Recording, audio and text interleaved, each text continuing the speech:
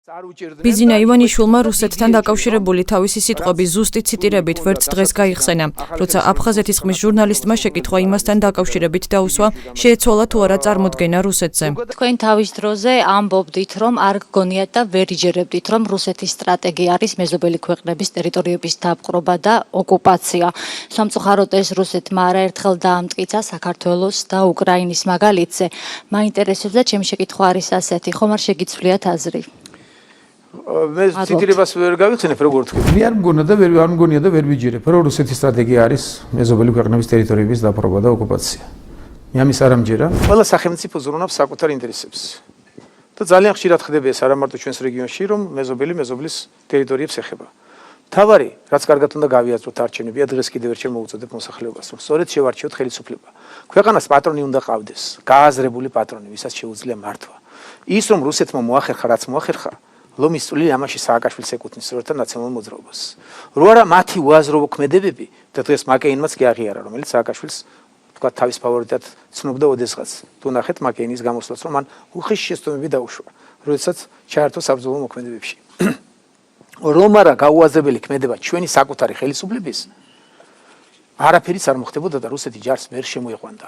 შესაბამისად ჩვენი ნაცვლად იმისა რომ მეზობელი სახელმწიფოების დახასიათება დავიწყოთ და ვეცადოთ როგორ მათ გემოვნება შეუცვალოთ ან მადა შეუცვალოთ თქვათ ან სტრატეგია ვიფიქროთ სწორი ხელისუფლება შევარჩიოთ და სწორედ მართოთ ჩვენი ქვეყანა. როგორც ჩანს ივანიშვილს არც 2008 წლის ომის წინა პერიოდი ახსოვს კარგად, ანუ ის რომ როცა ქართულმა მხარემ საბრძოლო მოქმედებების დაწყების შესახებ ბრძანება გასცა, რუსეთის ჯარი საქართველოში უკვე შემოსული იყო. ყოფილმა პრემიერ-მინისტრმა კიდევ რამდენიმე დაპირება ვერ გაიხსენა. ასევე არაფერი იცის იმის შესახებ თუ რატომ არ ხდება კორცხელისა და ჯიხაშკარის ინციდენტების მონაწილე სპორტსმენების დასჯა დღემდე. მიუხედავად იმისა, რომ ხელისუფლებამ მიიღო კანონი, რომელიც ზღუდავს ასეთ ინციდენტებს და ამ პირების მიმართ უნდა იყოს საკმაოდ მკაცრი ჯერჯერობით, არავინ დასჯილი არ არის, რატომ ვერ ახერხებს ხელისუფლება, რომ ყველა პარტია შეუქმნას ერთნაირი გარემო და შეძლებს თუ არა საარჩევნოდ მართველი გუნდი პრევენციას, რომ აღარ მოხდეს მსგავსი ფაქტები.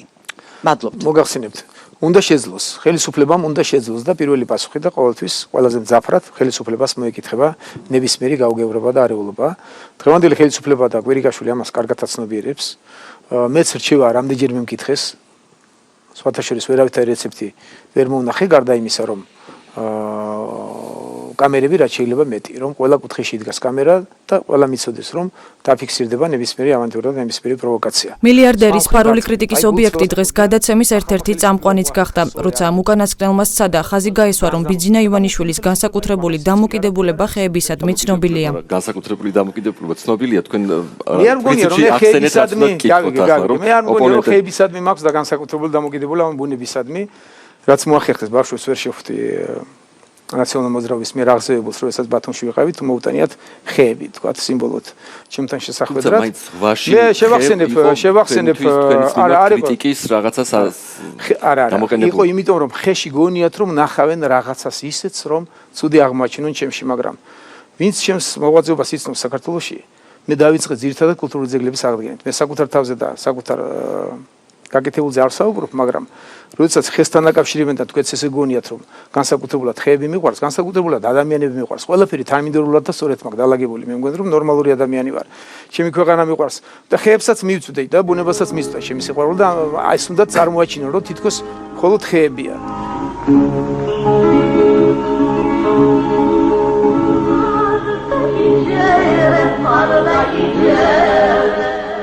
ხეებისადმი მისი თბილი დამოკიდებულების კიდევ ერთხელ გამოხატვას ივანიშვილი განმუხურში აპირებს, სადაც მისმა ქართულ ჯგუფმა ბულვარის ნაწილი უკვე იყიდა. სამომავლოდ კი იქ დენდროლოგიური პარკი გაიხსნება. არა ის რომ როგორმე ფული გავაკეთო, არამედ ის რომ ხარჯავ ჭარბად იმისთვის რომ შარმე მიეცეს შავ ზღვას, რომ მეტი ტურისტი ჩამოვიდეს და საინტერესო გახდეს ჩვენი კურორტები უცხოელებისთვის თუ ჩვენი მეზობლებისთვის. აი ესა დამოკიდებულება. დამატებით გეტყვით ახლა, ვისაც არ მოწონს თქვათ ეგ სასტუმრო მშენებლობა, კიდევ უფრო გავაწმილებ. იგეგმება იქ რეალურად დენდროლოგიური პარკის შენებლობა, რასაც ისევ ქართულ ფონდი დააფინანსებს. ტრადიციულად ივანიშვილმა დღეს ბევრჯერ ახსენა ნაციონალური მოძრაობა, მიხეილ სააკაშვილი და მისი მეუღლე, ასევე ახალაია და მერაბიშვილი. მან სანდრა რულოვს მოუწოდა გამოვიდეს და აღიაროს, რომ ახალაია, მერაბიშვილი და სხვები სამართლიანად ცხედან ციხეში. როდესაც ისევ პოლიტპატიმრებად აცხადებენ ახალაიას და მერაბიშვილს, ესენი მოინანიებენ, როდესაც მე ნაციონალური მოძრაობის წევრები დავხვდნენ გურიაში და ესე შემომაძახეს, რომ ჩამომითვალეს პოლიტპატიმრები სასწრაფოდ ახალაია, მერაბიშვილი და ესე შემდგომ. გამოვიდეს ქალბატონი სანდრა და განაცხადოს, არიან ესენი პოლიტპატიმრები თუ აცხადებს, რომ მათ დანაშაული ჩაიდინეს ქვეყნის წინაშე. გამოვიდეს და თქვას ეს.